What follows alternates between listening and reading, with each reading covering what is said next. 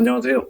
저는 마지사랑병원의 변재영 원장입니다. 오늘은 팔꿈치 통증의 가장 흔한 원인인 외상가염에 대해서 말씀을 드리겠습니다.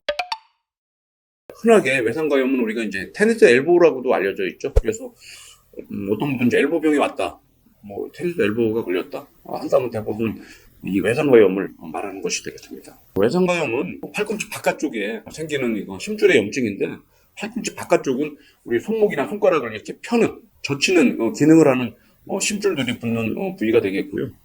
지금 그림에서 보시면은 바깥쪽 튀어나온 뼈가 외상과라는 뼈가 되는데, 그 외상과에 손목하고 손가락을 펴는 근육이 붙는 심줄의 부착 부위가 되겠습니다.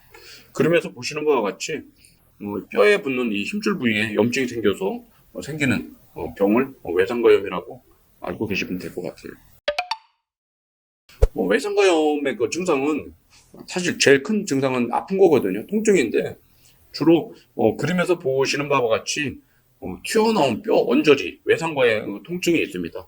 주로 이런 통증은 물건을 들거나 손목을 많이 사용하고 나서 아니면 사용하는 동안에 통증이 있게 되고, 이것이 이제 통증이 좀 더 이게 심해지게 되면은 외상가보다도 좀 더 넓게, 지금 그림에서 보시면 이렇게 점으로 원을 그리는 게 있지 않습니까? 이쪽 부위가 되겠죠. 이쪽 부위에 통증이 있게 되고, 심한 경우에는 손목 원저리까지도 통증이 내려오는 경우가 많습니다. 이 외상가염이라는 그 병 자체가 뼈에 생기는 병이 아니고 심줄의 병이기 때문에 일반적으로 찍는 엑스레이 통해서는 사실 진단이 잘 안 되고요. 병원에 오시게 되면 초음파 검사를 해서 초음파로 초기 진단을 하게 되는데, 지금 그림에서 보시는 우측 그림을 보시면 이쪽은 정상이거든요. 뼈 바깥쪽에 이게 균일하게 연결된 조직들이 정상적인 힘줄이 된다면은 이쪽 좌측에는 좀 더 그 우측 그림에 비해서 검게 보이고 심줄 부위가 이렇게 검게 불균일하게 보이거든요. 염증도 있고 일부 심줄들이 손상된 그런 초음파 소견이 되겠고, 만약에 이렇게 보인다면은 외상가염을 진단 내리는 건 그렇게 어렵진 않을 것 같습니다.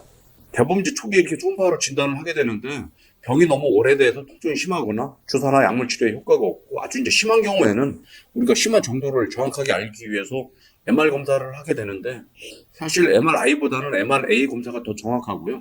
우측에는 정상입니다. 원 안에 그림을 보시면은 검게 보이는 부위가 정상적인 힘줄이 되겠고, 뼈에 잘 부착이 되어 있지만은 좌측에 있는 것은 외상가염이 진행이 돼서 심줄이 파열된 환자의 MRA 사진이 되는데, 검게 연결된 부위가 중간에 끊겨 있고 하얗게 보이지 않습니까? 이런 경우에 이제 염증도 있지만 심줄이 동반돼서 파열된 진행이 된 외상가염이라고 이해하시면 될 것 같습니다. 사실 외상가염은 일상생활할 때 이제 조금은 조심을 하거나 주의를 하면은 예방도 될 수 있고, 아주 심한 상태가 아니라면은 치료에도 좀 도움이 될 수 있거든요. 그 몇 가지 중요한 요령을 좀 알려드릴게요. 첫째는 물건을 들을 때 손목을 이용해서 물건을 드는 건 좋지 않습니다. 대표적으로 그림에서 보시는 바와 같이 대부분 여자분들이 물건을 이렇게 드는데, 이제 시장을 보거나 물건을 사고 이제 무거운 물건 한동안 들을 때 손등이 하늘을 향하게 물건을 드는 경우가 있거든요. 이렇게 되면은 이쪽 외상과에 붙는 신경근에 무리가 많이 갑니다. 그렇기 때문에 만약에 무거운 물건을 꽤 장시간 들거나 일을 해야 된다면은 손바닥이 하늘을 향하는 자세에서 물건을 들게 되면은 이쪽 외상과에 무리가 좀 덜 가게 되겠고요. 또 한 가지 이제 중요한 것은, 우리가 이제 가정이나 사회활동할 때 직장에서 컴퓨터 자판을 많이 사용을 하지 않습니까? 꼭 손목 받침대를 사용하라는 것입니다. 만약에 손목 받침대를 사용하지 않게 되면은 우리가 이제 자판에 타자를 치기 위해서 손목을 이렇게 꺾어야 되지 않습니까? 이렇게 되면은 계속 손목을 젖히는 힘이 들어가기 때문에 외상과 쪽에 무리가 가게 되거든요. 지금 그림에서 보시는 바와 같이 손목 받침대를 이용하게 되면은 손목이 자연스럽게 꺾이기 때문에 그냥 이렇게 손가락을 이용해서 자판만 치면 되기 때문에 무리가 안 갑니다. 그렇기 때문에 만약에 업무상 이쪽 팔꿈치 통증이 뻐근하게 통증이 있거나 아프다면은 손목 받침대를 이용하는 것을 적극적으로 권해드립니다. 또한 팔꿈치가 좀 통증이 있고 불편한 분들이라면은 미는 동작보다는 당기는 동작을 이용해서 하시면 되거든요. 예를 들어서 내가 왼손으로 손등을 이렇게 밀어야 될 것을 오른손으로 당기면 되지 않습니까? 이렇게 조심을 하게 되면은 외상가염도 예방도 되고, 심하지 않은 병은 어느 정도 관리도 될 수 있습니다. 만약에 손목을 젖히는 일을 많이 한다면은 손목을 보호할 수 있는 밴드가 있거든요.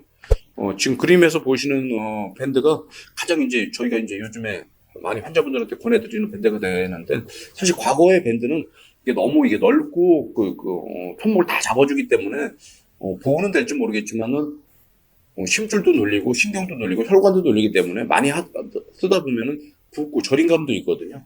그래서 손목 보호대를 좀 이렇게 좀 좋은 보호대를 사용하는 거 권해드리고, 사실 과거에는 우리가 엘보병이라고 그러면 밴드를 팔꿈치에다 많이 찼지 않습니까? 그거보다는 직접 무리가 가는 손목에 차는 것이 더 낫다고 저희들은 생각을 해서 그렇게 권해드리고 있습니다. 외상과염으로 인해서 통증이 심해서 병원에 오게 되면은 우리가 이제 주사나 약물 치료를 하게 되는데요. 저희 병원 같은 경우에는 증식 치료를 이용해서 초기에 치료를 하고 있고, 상당히 좋은 치료 결과를 얻고 있습니다. 그래서 증식 치료를 치료의 하나의 방법으로서 권해드리고요. 과거에 PRP 치료라는 주사 치료가 한동안 좀 유행이 됐던 적이 있습니다. 당시에는 비급여가 인정이 안 돼서 이제 사용을 잘 못한 그런 문제가 있었는데, 최근에 이 외상과염이나 내상과염에 이 PRP 치료가 인정 비급여로 바뀌어서 여러분들이 만약에 실비가 있거나 그러시다면 어느 정도 혜택을 받을 수 있는 치료가 되기 때문에 PRP 치료를 좀 권해드리고 싶고요. PRP 치료라는 어떤 치료냐면은 환자의 몸에서 혈관에서 피를 일정액을 뽑습니다. 이걸 이제 원심 분리를 하게 되면 적혈구 세포는 아래쪽으로 가라앉고 위쪽에 이제 맑은 혈장이 있게 되는데, 혈장 안에 혈주판이 있고 혈수판 안에 우리가 조직이 손상이 됐을 때 그걸 낫게 할 수 있는 물질들이 있습니다. 그걸 우리가 인위적으로 채취를 해서 손상된 조직에 주사를 놔주게 되면은 통증도 가라앉고 염증도 가라앉고 손상된 조직도 재생이 될 수 있는 좋은 치료법이 되겠습니다. 이런 주사 치료를 통해서 어느 정도 염증이 가라앉고 통증이 가라앉다면은 그 이후에는 저희들은 이제 체충격파 치료를 권해드리고 있고, 체충격파는 음파 에너지를 이용해서 손상된 조직에 자극을 줘서 염증도 가라앉고 조직을 재생을 도와줄 수 있는 그런 치료법이 되는데, 환자분들도 만족을 하고 좋은 치료 결과를 얻고 있습니다. 이렇게 이제 통증 치료도 되고 염증도 가라앉았다면 평소에 그 관리가 중요할 것 같은데, 손목을 젖히고 구부리는 이 스트레칭 운동이 가정에서나 사회활동을 할 때 사전에 충분히 하는 것이 좋을 것 같고요. 만약에 이제 이런 스트레칭도 이제 충분히 된다면은 거기에 동반돼서 500g 정도의 물병이나 아령을 이용해서 근력 운동도 하는 것도 상당히 도움이 많이 될 것 같습니다. 초기에 정확하게 진단을 하고 적절한 치료를 하고 예방을 했다면 사실 수술까지 안 가는 경우가 많은데, 안타깝게도 수술을 해야 되는 분들이 꽤 있습니다. 어떤 분들이 이제 수술을 해야 되냐면은 주사 치료나 체충격파 치료 같이 적극적인 치료를 해줌에도 불구하고 치료 효과가 없는 분들이 있겠죠. 이런 분들은 수술을 고려해야 될 것 같고요. 외상과염이 진행이 돼서 심줄이 끊어지는 경우에는 통증이 해결이 안 되거든요. 이런 경우에도 수술을 고려해야 됩니다. 이거 이외에도 외상과염을 이제 진단 내렸는데 MRI나 이런 정밀 검사를 해보니까 외상과염 말고도 추벽이 있거나 아니면 관절염 손상 같은 경우가 있다면은 이런 경우에도 치료가 잘 안 되거든요. 이런 경우에도 보통 수술을 권해드리고 있습니다.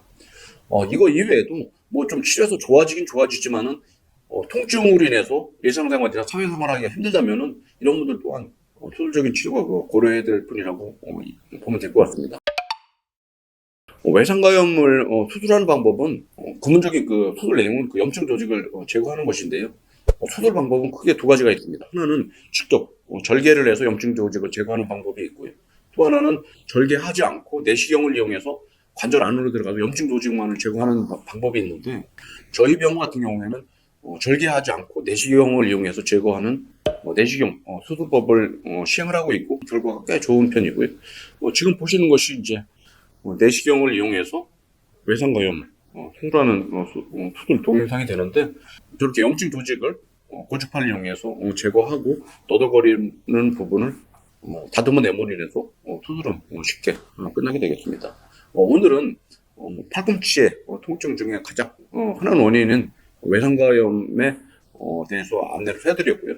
치료법까지 예방법까지 말씀드렸습니다. 감사합니다.